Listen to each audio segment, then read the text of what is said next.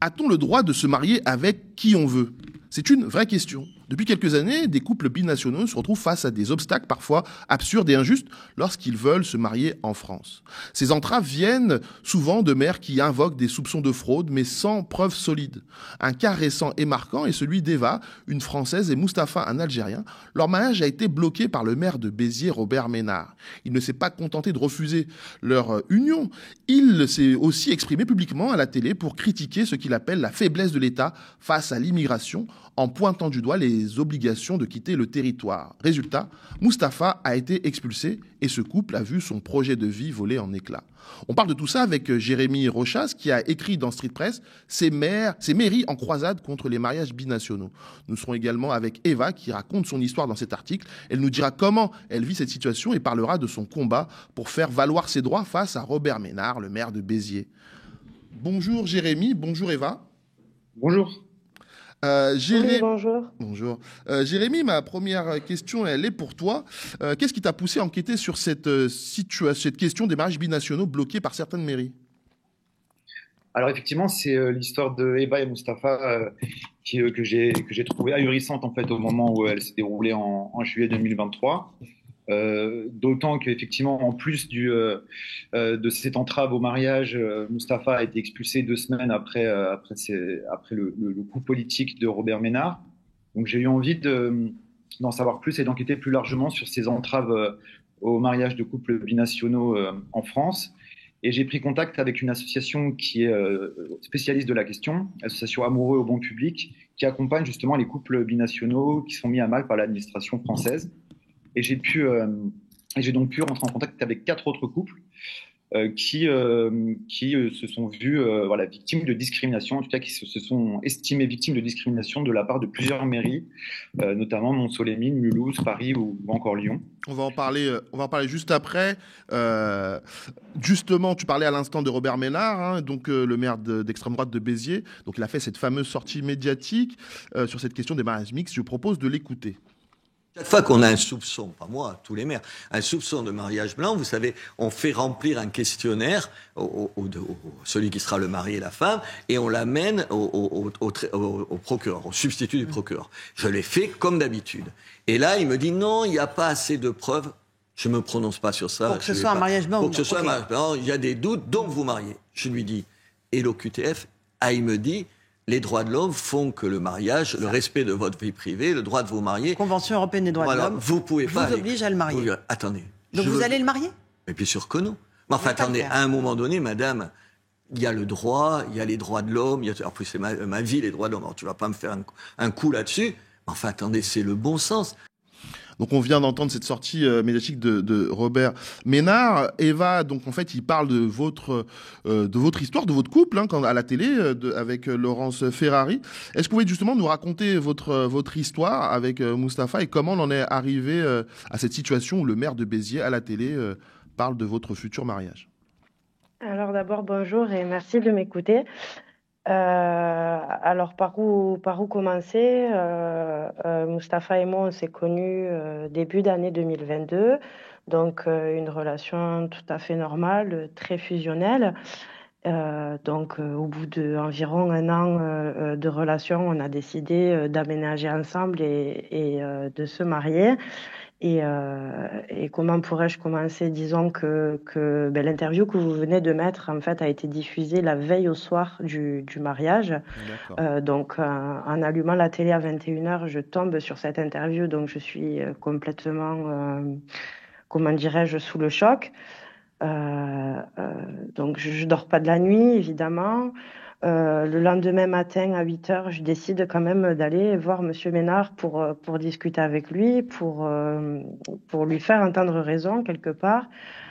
Celui-ci me reçoit très très brièvement dans son bureau en m'expliquant qu'il n'a rien personnellement contre nous, mais que pour lui, selon ses opinions politiques, les personnes qui n'ont pas les papiers ou qui sont sous OQTF ne devraient pas pouvoir se marier et qu'il souhaite par notre biais interpeller Monsieur Darmanin, Monsieur Macron à ce sujet. Donc j'essaie de lui faire entendre raison en lui expliquant que bon, il y a des lois fondamentales qui disent qu'il ne peut pas procéder à ce refus et que s'il souhaite faire de la politique, c'est sûrement pas une bonne façon de procéder, étant donné qu'il a soumis nos auditions au procureur, que celui-ci a fait son travail, qu'il a bien vu qu'il n'y avait pas de mariage blanc. On a prouvé qu'on vivait ensemble, que Mustapha connaissait mes enfants, qu'il s'occupait de ma petite fille, la dernière, qui l'a connue quand elle avait 4 mois.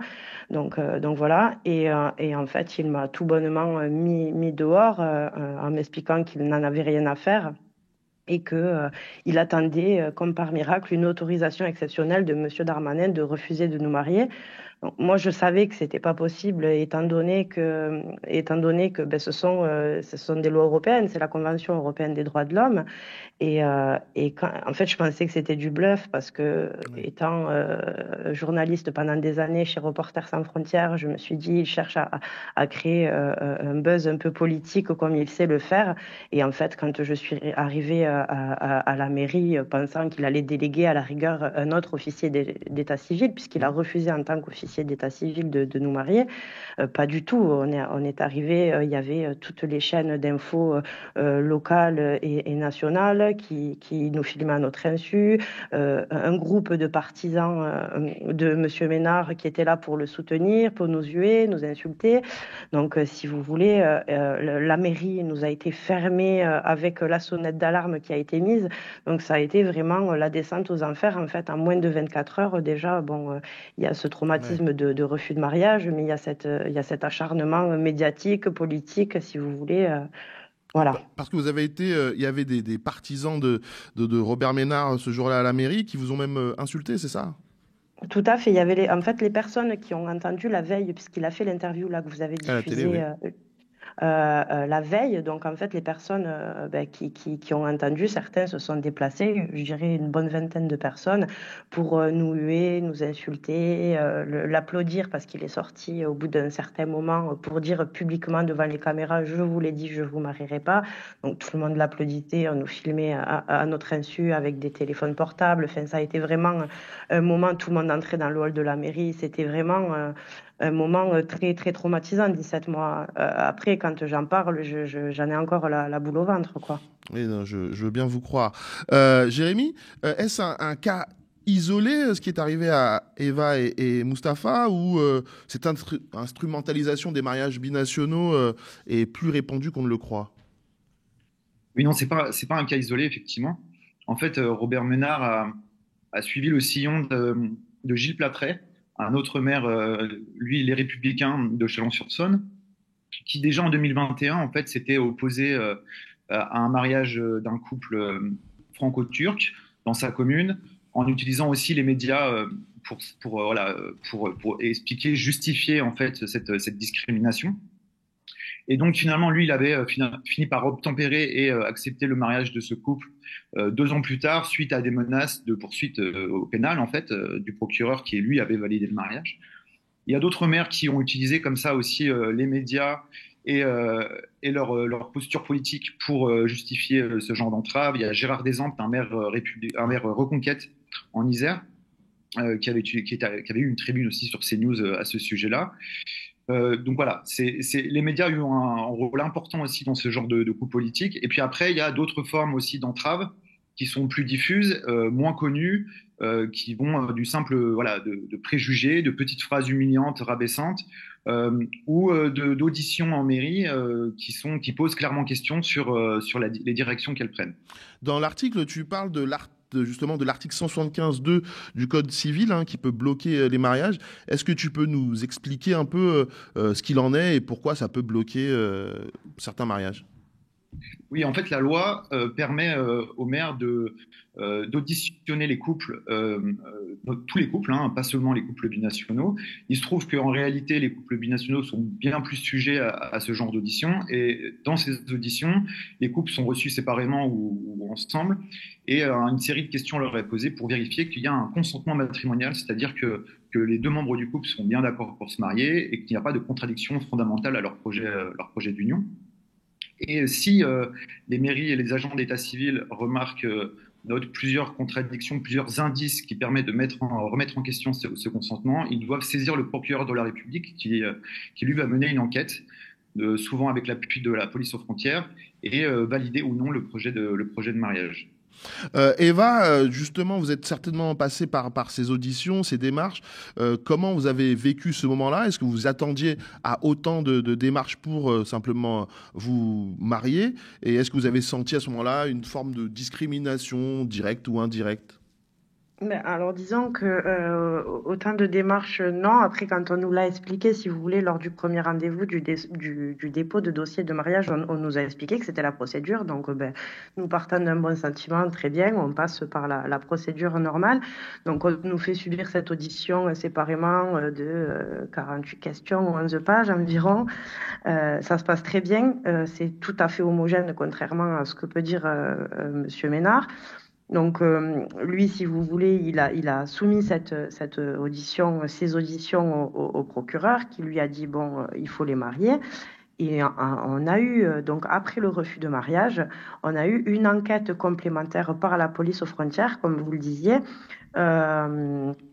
où on a été convoqué le 12 juillet, donc 5 jours après le refus de mariage, où ils ont revérifié, ils ont fait vraiment une enquête très, très, très approfondie au niveau de la PAF, et on a eu de nouveau classement du parquet le 2 août 2023, disant qu'on n'avait toujours pas, qu'il n'y avait toujours pas de soupçon de mariage blanc et qu'il classait les accusations de Monsieur Ménard sans suite. D'ailleurs, sur le document de décision de parquet que j'ai reçu, il est bien noté en haut à gauche, affaire révélée par Monsieur Robert Ménard. Donc ouais. Voilà, il était vraiment à l'origine de ça. Et pourtant, quand il m'a reçu dans son bureau, il m'a bien expliqué que c'était vraiment par rapport à l'OQTF et pour faire réagir le gouvernement à ce sujet. Il a fait d'ailleurs une autre interview où il dit non, mais moi, je n'ai jamais parlé de mariage blanc. Donc, si vous voulez, c'est...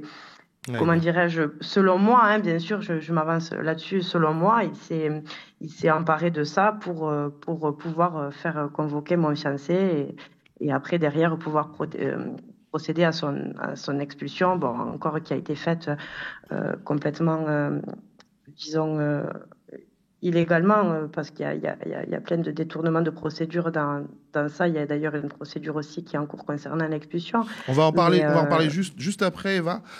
Juste pour justement toutes ces démarches, ces auditions, Jérémy, dans l'article, on voit bien que beaucoup de couples ne s'attendaient pas à ce que ce soit aussi compliqué. Tu as même rencontré une jeune femme qui dit découvrir une administration française ultra raciste.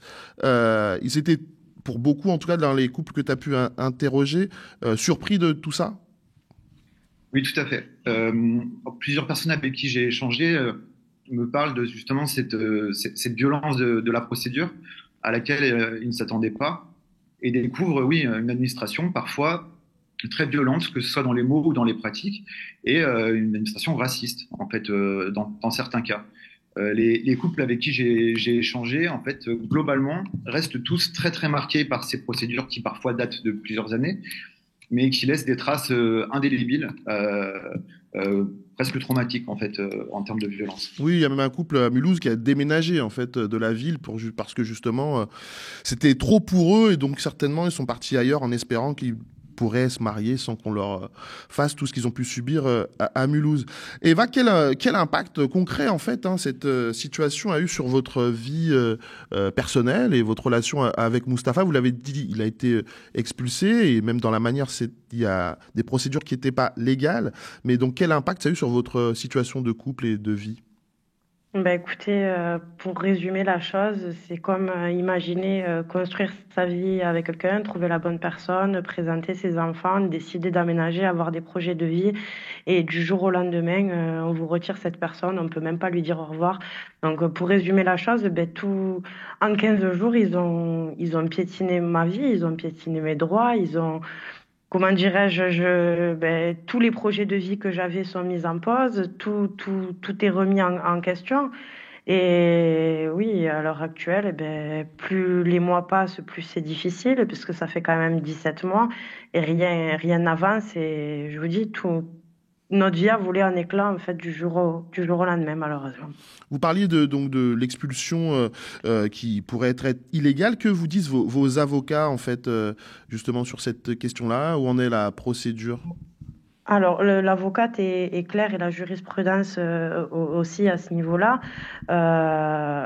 Donc, nous, ce qu'on a fait, c'est on a fait un recours au tribunal administratif de Montpellier concernant l'expulsion en relevant tous les vices de procédure, les droits qui n'ont pas été respectés et la façon hasardeuse dont ça a été fait. Donc, le tribunal a bien pris en compte notre recours. Et là, si vous voulez, on a eu le mémoire de défense du préfet qui est arrivé le 19 novembre après 13 mois d'attente de réponse de sa part. Et donc, on doit y répondre là dans les prochains jours et l'audience aura certainement lieu début 2025. Je n'ai pas encore la date d'audience du tout. Donc ouais, vous avez espoir que les choses, entre guillemets, rentrent dans l'ordre et que votre conjoint puisse revenir ici en France? Alors, je sais que ça va être relativement compliqué. Après, j'ai quand même confiance en la justice. On est dans un état de droit, on est en France, on est en 2024. Il y a beaucoup de failles dans le dossier, il y a beaucoup de choses qui sautent aux yeux et en plus, ça a été médiatisé. Donc, je me demande, comment il pourrait ne pas y avoir de poursuite, si vous voulez. Mais j'attends beaucoup de ça, oui, puisque on me l'a arraché du jour au lendemain et j'aimerais bien pouvoir reprendre ma vie là où elle en était, bon, avec les traumatismes que ça a causé, bien sûr, mais pouvoir reprendre ma vie où elle en était et nos projets mutuels, si vous voulez. Jérémy, pour terminer, quelle recommandation pour les couples qui pourraient passer par là? Vous avez parlé de l'association Les Amoureux au banc public. Est-ce que justement ce collectif et cette association peut être un recours efficace pour les jeunes couples qui passeraient par cette situation avec des mairies qui refuseraient leur mariage? Oui, effectivement, je conseillerais aux couples binationaux de contacter l'association Amoureux au banc public qui est présent au niveau national en fait et qui a plusieurs antennes et qui a une grande connaissance aussi des différents dispositifs et des droits en fait des couples binationaux qui sont souvent bafoués par l'administration française et donc ouais, bien évidemment je conseillerais à tout le monde de se diriger vers cette association. Merci beaucoup Jérémy, merci beaucoup Eva d'avoir témoigné pour nous sur ce plateau. On espère que votre histoire se terminera bien et que votre conjoint, vous pourrez bientôt le retrouver ici en France, je l'espère en tout cas. Merci à tous les deux.